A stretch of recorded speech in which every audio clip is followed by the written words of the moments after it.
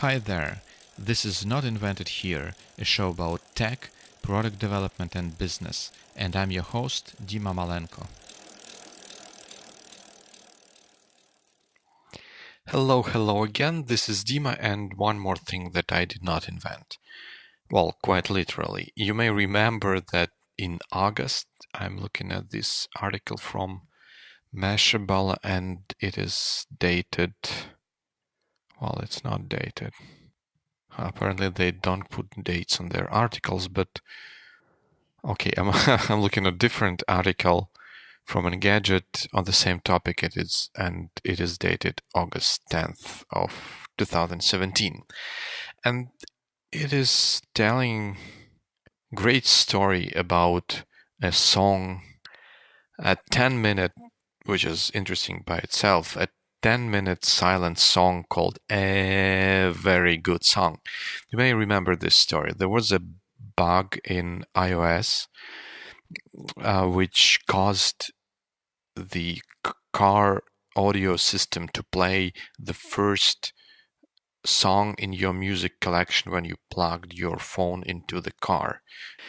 And that was kind of annoying, right? And many people were justifiably so disappointed by the fact that each time they plugged the phone into their car, maybe to do some sort of navigation or something like that, they would start playing the first song in the collection, which is apparently a song with a title A something something. And, not that many people have their favorite song start with A, and their outrage can be understood and can be explained. And the outrage was quite funny because some people told, like in tweets, that they were screaming, they were pulling hair out of their heads, and all those sort of crazy things that people think of themselves doing when they're annoyed.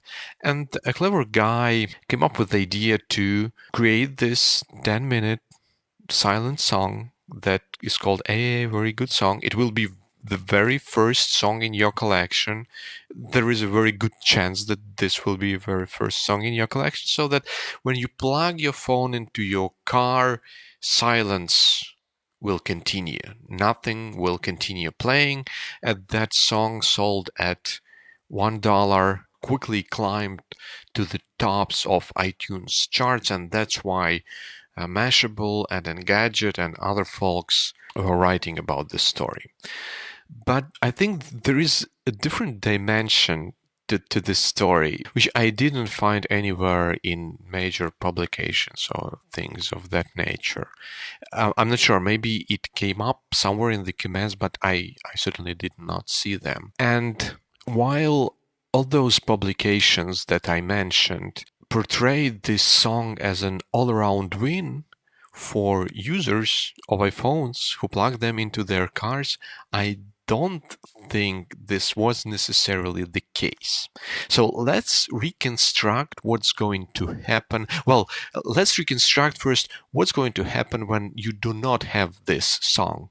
You get into your car, the car is parked, it's not moving, you turn on the engine, you plug in your phone, it starts playing a song that you don't like.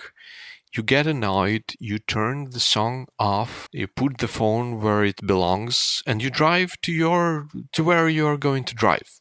And you are mildly annoyed, but you're driving and everything is more or less fine at that point. Imagine now that you have this silent, very good song as a first song that will play in this situation. So you get into your car is parked, you turn on the engine, you plug in your phone, silence keeps on, and you start driving.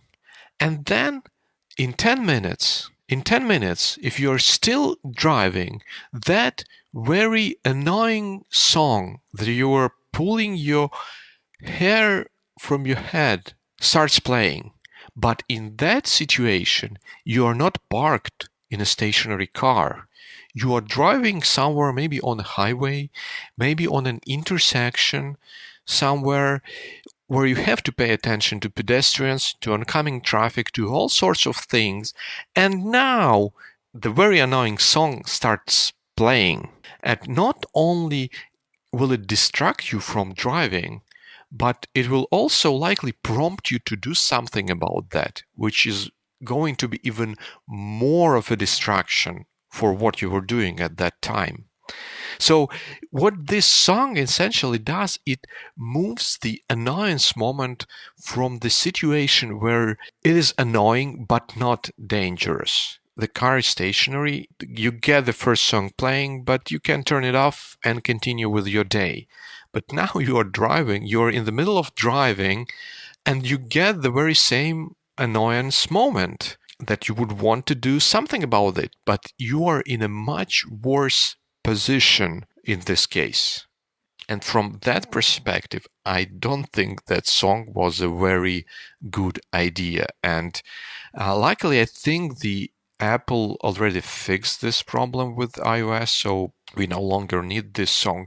But I think it teaches us an important lesson that when we do something technology-wise to remedy some situation in some sort of fashion, we need to pay attention as engineers, first of all, or those people who give other people tools in their hands to deal with difficult situations, whether those tools will not lead to consequences which will be worse than the original problem we were trying to fix, which in this case, I think this song was definitely doing. It was moving annoyance moment from a situation where the annoyance is not dangerous into a situation where the annoyance potentially becomes dangerous, and it makes it more difficult to deal with this annoyance. So I guess that's it for today. This is going to be a short episode. Let me know what you think about it, and if you have similar stories that you'd like to share, I'll highly appreciate them. See you.